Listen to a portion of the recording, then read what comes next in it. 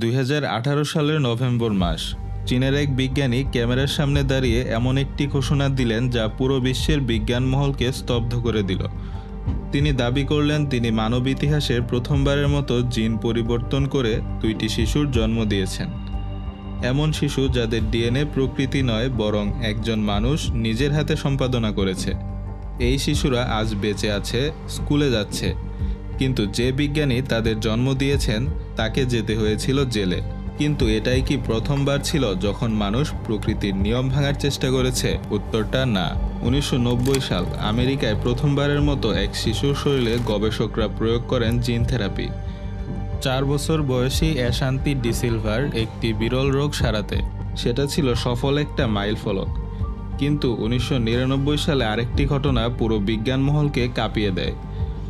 JC গেলজিসার নামে এক তরুণ স্বেচ্ছায় একটি জিন থেরাপি পরীক্ষায় অংশ নেন, কিন্তু তার শরীর প্রচণ্ড প্রতিক্রিয়া দেখায়, আর মাত্র কয়েকদিনের মধ্যেই তিনি মারা যান।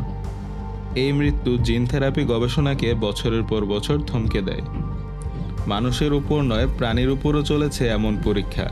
বিজ্ঞানীরা ইঁদুরের জিন পরিবর্তন করে দেখেছেন একটা মাত্র জিনের পরিবর্তন কিভাবে আচরণ, স্মৃতিশক্তি, এমনকি রোগ প্রতিরোধ ক্ষমতাকে সম্পূর্ণ বদলে দিতে পারে।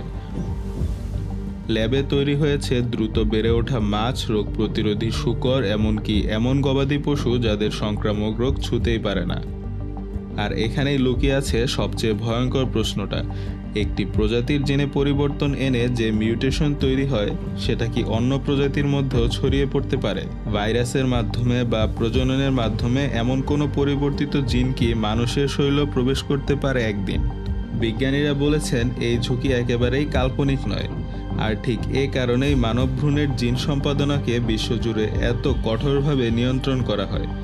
কিন্তু কল্পনা করুন এমন এক পৃথিবী যেখানে আমরা এই প্রযুক্তিকে পুরোপুরি নিয়ন্ত্রণে আনতে পারি। ক্যান্সার প্রতিরোধী জিন নিয়ে জন্মানো শিশু, বংশগত রোগমুক্ত পরিবার, এমনকি মানুষের আয়ু বাড়িয়ে দেওয়ার সম্ভাবনা। বিজ্ঞান কল্পকাহিনীতে যা বহু বছর ধরে লেখা হয়েছে সেটা এখন বাস্তবের দোরগোড়ায়। আজকের ভিডিওতে আমরা জানব ঠিক এই সীমানা কেউ একজন কিভাবে পার হয়ে গিয়েছিলেন আর তার পরিণতি কি হয়েছিল। নাম তার চিয়ান উই। চীনের শেনজেন শহরের southern university of science and টেকনোলজির একজন গবেষক। আমেরিকায় পড়াশোনা করা এই বিজ্ঞানী দেশে ফিরে নিজের বায়োটেক কোম্পানি খুলেছিলেন। তার লক্ষ্য ছিল একটাই, CRISPR-Cas9, এমন একটা টুল যাকে বলা হয় জেনেটিক কাঁচি। এই প্রযুক্তি দিয়ে বিজ্ঞানীরা ডিএনএর নির্দিষ্ট অংশ কেটে বাদ দিতে পারেন অথবা নতুন কিছু জুড়ে দিতে পারেন। কিন্তু চিয়ান কুই এই প্রযুক্তি ব্যবহার করলেন এমন এক জায়গায় যেখানে যাওয়ার সাহস আগে কেউ দেখায়নি, মানব ভ্রূণে।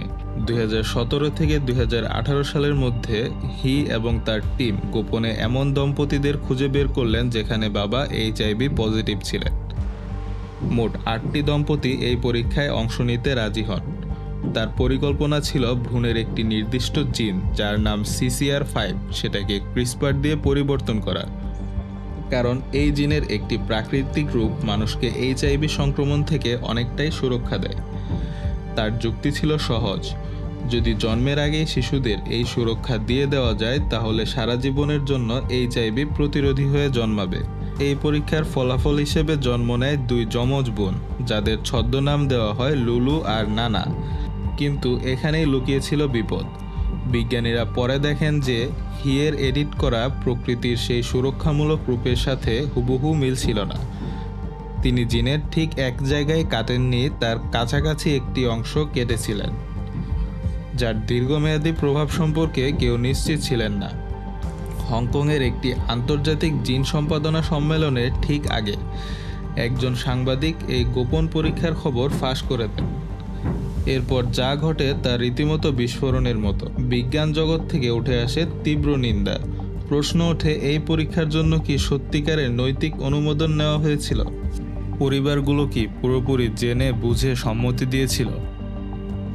আর সবচেয়ে বড় প্রশ্ন, মানব ভ্রূণের ডিএনএ বদলে দেওয়ার অধিকার কি আদৌ কারো আছে? হি চিনকুই নিজে বিশ্বাস করতেন তিনি ইতিহাস তৈরি করেছেন। তদন্তকারীদের কাছে তিনি লিখেছিলেন যে ইতিহাস তার পক্ষেই দাঁড়াবে। কিন্তু বাস্তবতা ছিল ভিন্ন। চীন সরকার তদন্তে নামে এবং জানা যায় তিনি নৈতিক অনুমোদনের নথি জাল করেছিলেন।